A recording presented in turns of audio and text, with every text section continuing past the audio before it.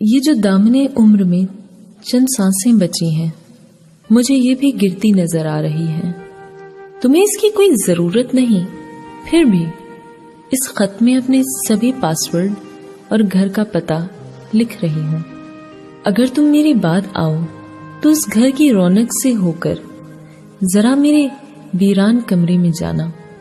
وہاں رکھی الماری کے ایک خانے میں کچھ فلسفے کی کتابوں کے پیچھے ہرے رنگ کا فولڈر دیکھ لینا۔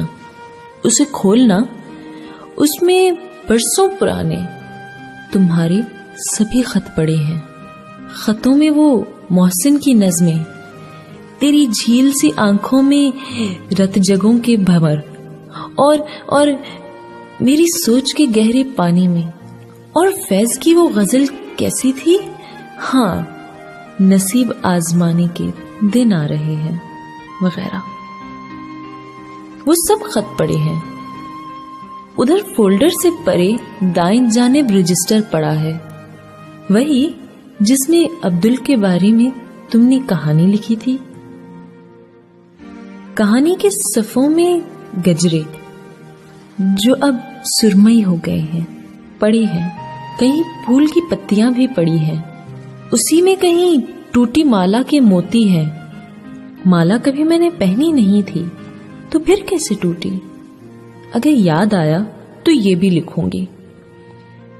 وہیں پیچھے ایک ٹی سی ایس کا بڑا سا جو ڈبہ پڑا ہے، وہاں 17 رنگوں کی وہ چوڑیاں ہیں کہ جب میں نے تم سے کہا تھا مجھے چوڑیاں بوجھ لگتی ہیں، اور تم نے اگلے ہی دن بھیج دی تھی۔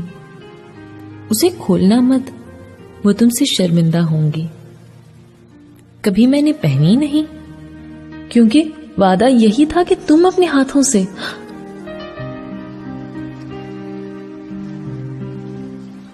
اور ہاں، وہیں خاکی لفافہ پڑا ہے، میری ابتدائی دنوں کی سبھی شاعری اسی میں بکھری پڑی ہے۔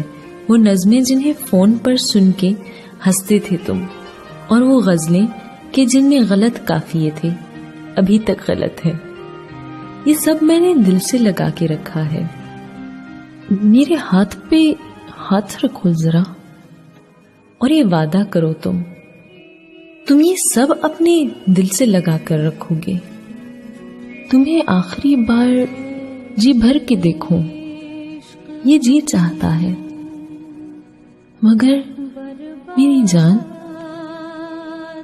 اب یہ ممکن نہیں ہے۔